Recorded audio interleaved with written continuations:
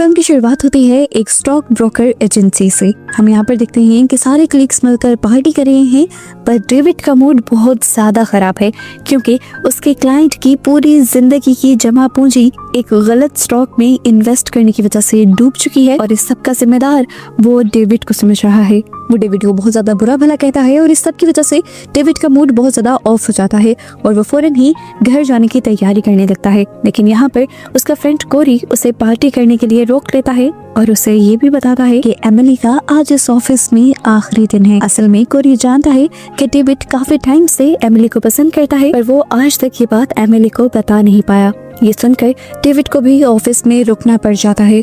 ये लोग party enjoy करते हैं और उसके बाद जब एमिली घर जाने ही वाली होती है तब डेविड उससे बात करने की कोशिश करता है, पर पूरी तरह हिम्मत नहीं कर पाता और एमिली यहाँ से चली जाती है। उसे बहुत ज्यादा रिग्रेट होता है। उसे ऐसा भी फील होता है कि अगर उसने आज अपनी फीलिंग्स नहीं शो की तो वो कभी कर भी नहीं पाएगा। इसलिए वो किसी की हैट उठाता है और बहाने से एमिली को रोक लेता है और कहता है कि शायद तुम्हारी हैट वहाँ रह गई, पर एमिली बताती है ये मेरी हैट नहीं है। ये बात वैसे डेविड भी जानता था, लेकिन खैर इस सब की वजह से इन्हें बात करने का मौका मिल जाता है और डेविड नोटिस करता है कि एमिली को टैक्सी नहीं मिल रही और डेविड एमिली को ड्रॉप करने का डिसाइड करता है। एमिली मान जाती है और डेविड भी खुश हो गया था। वो कहता है मैं बस इस हेड को वापस रख कर आता हूँ और अपने फ्रेंड्स को बता कर आता हूँ। उससे जब कोरी को बताया कि वो एमिली को ड्रॉप करने जा रहा है तो कोरी जबरदस्ती उनके साथ आ गया क्योंकि उसका घर कोरी के घर के पास आता था। डेविड नहीं चाहता था कि उसे लेकर जाए, लेकिन उसने बहुत जिद की। इस टाइम कोरी बहुत ज्यादा ड्रंक भी था और एमिली को भी कोरी के अपने साथ होने की वजह से गुस्सा आ रहा था। कोरी की वजह से ये दोनों अपनी फीलिंग्स भी शेयर नहीं कर पा रहे थे और यहाँ पर कोरी इन लोगों से कह देता है कि मुझे भूख लगी है, तुम लोग मुझे रेस्टोरेंट पर भी लेके जाओ और उससे पहले मुझे एक एटीएम पर भी जाना है पैसे निकलवाने के लिए। ना चाहते हुए भी इन दोनों को उसकी सारी बातें माननी पड़ रही थी और अब डेविड एक एटीएम के सामने गाड़ी रोक लेता है। कोरी पैसे निकालने के लिए एटीएम के अंदर जाता है, लेकिन तभी यहाँ पर कुछ अजीब चीज होती है। वो एटीएम के अंदर डेविड को बुलाने लग जाता है और डेविड को भी ना चाहते हुए उसके पीछे जाना पड़ता है। सुनसान सड़क पर एमिली को भी काफी अजीब फीलिंग आ रही थी, इसीलिए वो भी इन दोनों के पीछे एटीएम में ही चली जाती है। मसला ये था कि कोरी का कार्ड चल नहीं रहा था। कोरी को पैसे चाहिए थे, इसीलिए डेविड अपने कार्ड से खुद उसे पैसे निकाल कर देता है। पैसे निकालने के बाद ये लोग बाहर जाने वाले होते हैं कि नोटिस करते हैं कि एक आदमी ठीक एटीएम से कुछ दूरी पर एटीएम के बाहर खड़ा इन्हें घूर रहा था। ये सब बहुत ही अजीब था। एमिली उसे देखकर डर जाती है और कहती है नहीं, हम इसके होते हुए बाहर नहीं जाएंगे, कुछ देर वेट कर लेते हैं, जैसे ही ये साइड पर जाएगा तो हम बाहर चले जाएंगे। कुछ देर खड़ा रहने के बावजूद भी ये आदमी जब नहीं हिलता तो कोरी कहता है कि हमें बाहर चले जाना चाहिए, क्या पता है ये आदमी भी एटीएम से पैसे निकालने आया हो और हमारे बाहर निकलने का इंतजार कर रहा हो। पर डेविड को भी यहाँ पर कुछ सही फीलिंग नहीं आ रही थी। उसे लगता है कि वो आदमी इनके पैसे लूटने के लिए खड़ा है। कोरी से ज्यादा देर और खड़ा होना बर्दाश्त नहीं होता और वो जैसे ही बाहर जाने की कोशिश करता है तो वो आदमी भी फौरन ही उसकी तरफ बढ़ता है। डेविड और एमिली कोरी को अंदर कर लेते हैं और ये लोग दोबारा एटीएम का दरवाजा बंद कर देते हैं। रोड इस टाइम बिल्कुल सुनसान था, पर इन लोगों ने नोटिस किया कि दूर से एक आदमी एक डॉग लिए यहाँ पर आ रहा था। बाहर खड़े हुए उस अजीब आदमी ने भी दूसरे आदमी को आते हुए देखा और भागकर उसके पास गया और उसे किसी चीज से हिट करते हुए उसने पहले जमीन पर गिराया और फिर बुरी तरह उसका हेड क्रश करते हुए उसे मार डाला। इन तीनों ने पहली मर्तबा अपनी आंखों के सामने मर्डर होते देखा था। ये तीनों ही बहुत ज्यादा पैनिक हो जाते हैं। करते हुए इनके जहन में पहला जो ख्याल आया वो पुलिस को कॉल करने का था, लेकिन एमिली का फोन कार में रह गया था, जबकि कोरी अपना फोन ऑफिस में ही भुलाया था और डेविड का फोन डेड हो चुका था। ये लोग बुरी तरह फंस गए थे यहाँ। अब वो एटीएम में ही फोन ढूंढने लग जाते हैं कि कहीं यहाँ पर कोई इमरजेंसी कॉल के लिए फोन लगाया हो, पर एटीएम में ऐसा कुछ नहीं था। यहाँ पर एक नोटिस करने वाली बात यह है कि वो किलर इन्हें मारने के लिए एटीएम के अंदर नहीं आ रहा। इसके पीछे इंटरेस्टिंग सी वजह आगे चलकर पता चलेगी। हम देखते हैं कि वो किलर अब इनकी कार के अंदर जाता है।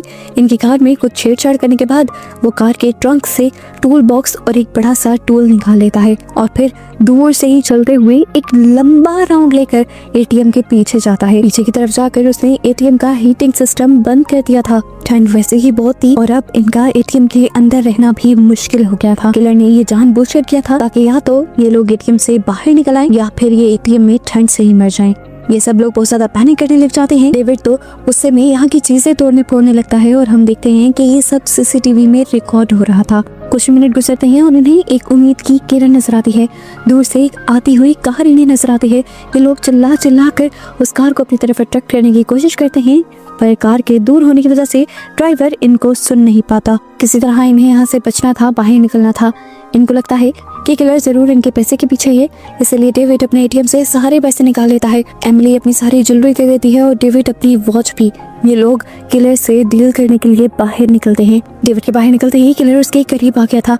वो किलर से कहता है, आपको जो कुछ भी चाहिए आप रख लें, बस हमारी जान छोड़ दें। डरते हुए वो किलर के आगे वो एनवेलप कर रहा था, लेकिन किलर जब आगे नहीं बढ़ता तो डेविड वो एनवेलप किलर के कदमों में फेंक देता है और कुछ देर तक नोटिस करता है कि किलर ने अभी तक उस एनवेलप पर ध्यान भी नहीं दिया था। इसका मतलब था कि किलर को पैसे की जरूरत नहीं थी।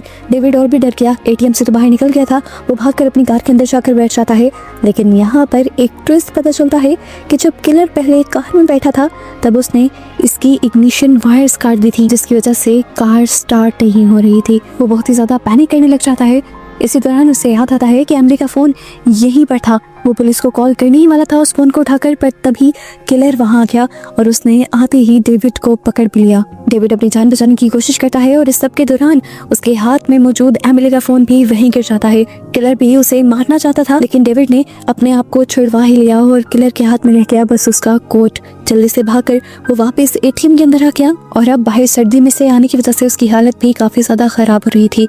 कोट भी उसके पास नहीं रहा था, इसलिए एमिली उसे अपना कोट उतार कर देती है और उसकी हालत को संभालने की कोशिश करती है। बाहर हमें दिखाया जाता है कि किलर यहाँ से एमिली का फोन उठाता है और उनके दिए हुए पैसे और ज्वेलरी उठाकर उन्हें की कार की डिक्की में डाल देता है, जैसे उन्हें इन चीजों से कोई मतलब ना हो। वो सिर्फ इन्हें मारना चाहता था। ये नहीं, वो एक साइकोपैथ था, एक दिमागी मरीज जिसे लोगों को मारने में मजा आता है। काफी देर तक ये लोग दोबारा एटीएम के अंदर फंसे रहते हैं और फिर एमिली के दिमाग में एक आइडिया आता है और वो अपने लिपस्टिक के जरिए एटीएम की ग्लास पर हेल्प लिख देती है। लेकिन यहाँ से जब कोई गुजर ही नहीं रहा था तो हेल्प करने के लिए कौन आता। ये लोग अब पीछे की दीवार को तोड़ना शुरू कर देते हैं ताकि वहाँ से बाहर निकल पाएं, लेकिन वो दीवार सीमेंट की बनी थी और ये लोग बाहर नहीं निकल पाते। तभी अचानक से एमिली के दिमाग में एक और आइडिया आता है। उसे याद आता है कि यूएस का एक कानून है। उसे याद आता है कि जब भी एटीएम के अंदर रॉन्ग पिन डाली जाती है तो सिग्नल्स फौरन पुलिस को जाते हैं, क्योंकि अक्सर चोर भी ये सब करने आ जाते हैं। इस तरह शायद पुलिस को सिग्नल मिल जाए और वो यहाँ पर आ जाए। वो अब डेविड का कार्ड डालकर उल्टी पिन डालती है। 2-3 मरतबा ट्राई करने के बाद डेविड का कार्ड मशीन में फंस जाता है और यहाँ पर एमिली को उम्मीद मिलती है कि हो सकता है सिग्नल्स पुलिस तक पहुँच गए हों। पुलिस के यहाँ आने तक भी इन्हें वेट करना था। इस टाइम ठंड इतनी ज्यादा बढ़ गई थी कि तीनों से सांस तक नहीं लिया जा रहा था। ये लोग अब एक दूसरे के हाथ रब करने लग जाते हैं और तभी यहाँ पर इन्हें फाइनली पुलिस कार आती दिखाई देती है। लेकिन पता चलता है कि इसके अंदर कोई शेरिफ नहीं था, बल्कि एक सिक्योरिटी गार्ड था जिसके पास गन तक नहीं थी। वो ग्लास पर लिखा हुआ हेल्प भी देख लेता है और इनकी तरफ बढ़ने की कोशिश करता है, लेकिन इसी दौरान वो किलर भी उसके पीछे आ जाता है। ये लोग उसे वार्न करने की कोशिश करते हैं, पर वो गार्ड उनकी बात समझ नहीं पाता और किलर पीछे से उसके ऊपर हमला करके दोबारा पहले वाले आदमी की तरह उसका सर क्रश कर उसे मार डालता है। दूसरा मर्डर देखकर तो एमिली का बिल्कुल दिमाग खराब हो गया। इस सारे हादसे ने उसके दिमाग पर इतना बुरा असर डाला था कि अब वो अजीबोगरीब बातें करने लगी थी। ये लोग पैनिक कर ही रहे थे कि इन्होंने देखा कि किलर अंदर आ गया था। इससे पहले कि किलर इन्हें मार देता है, ये लोग बिना सोचे समझे किलर के ऊपर हमला कर देते हैं। कोरी किलर को अच्छे से पकड़ लेता है, जबकि डेविड उसकी गर्दन के गिर्द एक वायर जोर से बांधकर उसे जान से मार देता है। जिसके बाद ये लोग उसकी आइडेंटिटी निकाल कर देखने लगते हैं और तभी इन्हें एक बहुत बड़ा शॉक ग्लास के बाहर देखने पर मिलता है। किलर वहीं पर खड़ा था और ये बेचारा आदमी जिसे इन्हें मार दिया था वो तो एटीएम से पैसे निकालने के लिए आया था। ये लोग अब बहुत बड़े सदमे में चले गए थे, क्योंकि जिस मासूम आदमी को इन्होंने मार दिया था वो मासूम आदमी कहीं बच्चों का बाप था और यहाँ जो कुछ हुआ था वो सारा सीसीटीवी में रिकॉर्ड हुआ था। और ये पॉइंट पे नोट करने वाला है कि कोरी ने सिर्फ उस आदमी को पकड़ा हुआ था, मारने वाला उस आदमी को डेविड ही था। दिन से यहाँ पर हो गई थी कि उस आदमी ने भी किलर जैसी जैकेट पहनी हुई थी। इस टाइम कोरी अब उस मरे हुए आदमी की जैकेट उतार कर पहन लेता है, जबकि डेविड अभी भी इसी तरह बैठा हुआ था और वो कोरी को कोसने लग जाता है कि सब तुम्हारी गलती है, सब कुछ तुम्हारी वजह से हुआ है, ना तुम हमारे साथ आते, ना हमें एटीएम पे रुकना पड़ता, ना ये सब होता। पर इस टाइम ऐसी बातें करने का टाइम ही नहीं था। लेकिन ये लोग बच्चों की तरह लड़ रहे थे। कोरी कहता है कि उस आदमी को मारने में तो मेरी गलती नहीं ना, उसका तो गला तुमने घोटा है। इन दोनों की बहस के बाद इन दोनों में हाथापाई होने लग जाती है। डेविड कोरी पर भारी पड़ रहा था, यानी डेविड उसे ज्यादा मार रहा था और ये सब भी सीसीटीवी में रिकॉर्ड हो रहा था। इस सब के बाद कोरी को बहुत ज्यादा गुस्सा आ जाता है और वो कहता है बहुत हो गया, अब मैं और यहाँ पर नहीं रुकूंगा। ये कहकर वो दोनों के मना करने के बावजूद बाहर निकल जाता है और एकदम से कुछ कदम चलने के बाद ही गिर जाता है। असल में यहाँ पर किलर ने ट्रैप लगाया हुआ था एक मेटल वायर के जरिए। इन्होंने देखा कि किलर भी अब कोरी की तरफ बढ़ने लगा था। डेविड उसे बचाने के लिए जाना चाहता था पर एमिली उसे रोक रही थी। कोरी उसका पुराना दोस्त था, अपने पुराने दोस्त के लिए वो एमिली की बात नहीं सुनना चाहता था, इसीलिए वो एमिली को धक्का दे देता है एटीएम के अंदर। और जब हमें सीसीटीवी कैमरा के जरिए यही सीन दिखाया जाता है तो ऐसा महसूस होता है कि जैसे डेविड एमिली के साथ जबरदस्ती कर रहा है। लेकिन इससे पहले कि अब वो जाकर कोरी को बचा पाता, वो देखते हैं कि किलर ने बुरी तरह उसे मार डाला था। ये सब देखते हुए डेविड सिर्फ अपनी जान बचाने का सोचता है और वापस एटीएम में आ जाता है। वो बहुत ज्यादा डिप्रेस हो चुका था क्योंकि उसका सबसे अच्छा और इकलौता दोस्त मारा गया था और अब वो इस सब का जिम्मेदार अपने आप को मान रहा था। वो कहता है कि अगर मैं एमिली को अपने साथ चलने को ही ना कहता तो ये सब होता ही नहीं। पर ये सारी बातें बेकार की हैं। हमें दिखाया जाता है कि क्लेयर कोरी की बॉडी से इधर उधर हो जाता है और ये लोग कोरी को हिलता हुआ नोटिस करते हैं, यानी वो जिंदा था किलर के हमले के बावजूद। इसलिए वो दोनों जल्दी से बाहर जाते हैं और कोरी को उठाकर अंदर ले आते हैं। कोरी की हालत बहुत ज्यादा खराब थी, उसको बचाने के लिए उसे फौरन हॉस्पिटल ले जाना था इन्हें। ये लोग फैसला कर लेते हैं कि अब ये लोग किलर से नहीं डरेंगे और हर हाल में बाहर निकलेंगे। पर इनकी सारी सोचों से पहले ही किलर इनके सारे प्लान पर पानी फेर देता है। डेविड की कार को एटीएम के दरवाजे के आगे लाकर एटीएम ब्लॉक कर ये लोग अब यहाँ के शीशे तोड़कर यहाँ से बाहर जाने की कोशिश करते हैं, पर ये ग्लास अनब्रेकेबल था, टूट नहीं सकता था।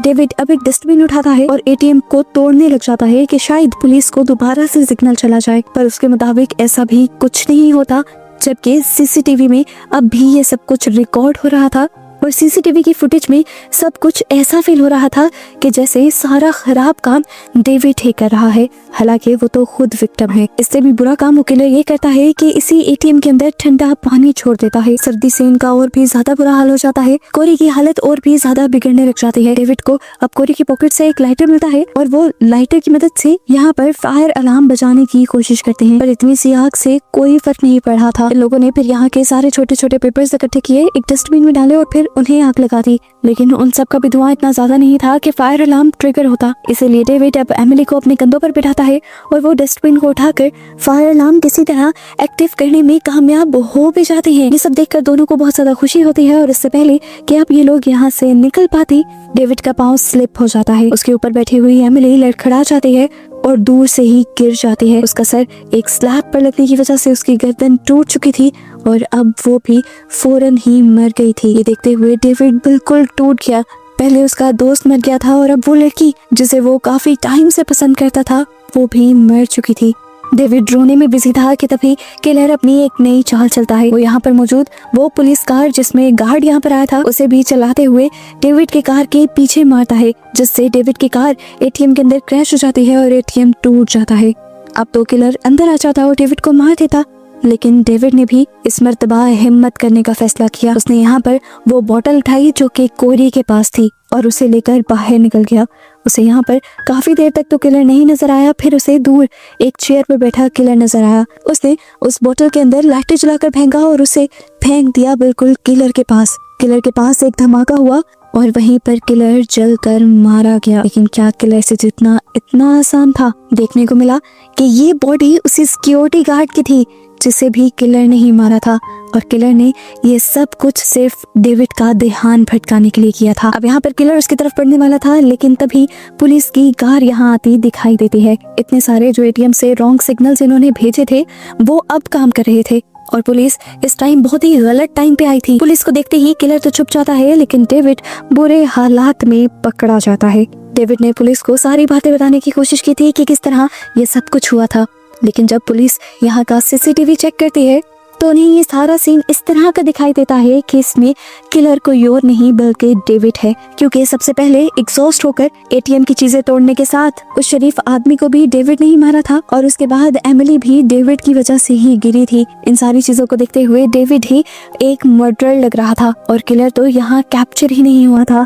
और यहाँ आकर रीजन रिवील होती है कि क्यों वो किलर एटीएम के पास नहीं आ रहा था। वो साइकोपैथ था, लोगों को मारना उसका रोज का काम था। उसे अच्छी तरह से पता था कि उसे अपने खिलाफ किस तरह सबूत मिटाने हैं, इसलिए वो एटीएम के करीब नहीं आया बल्कि एटीएम से दूर ही खड़ा रहा ताकि एटीएम के कैमरास में वो कहीं भी कैप्चर ना हो सके। अब क्योंकि एटीएम के कैमरास के अंदर किसी भी किलर की पिक्चर दिखाई नहीं दी तो पुलिस को डेविड की कहानी पर यकीन भी नहीं आया और इस तरह डेविड बेवजह पकड़ा गया और अब वो अपने ना करदा गुनाहों की सजा पूरी जिंदगी जेल में काटेगा, इस दुख के साथ कि उसके 2 अच्छे दोस्त उसी दिन उसी की वजह से मारे गए थे। और बस यही सब दिखाते हुए ये मूवी यहाँ खत्म हो जाती है।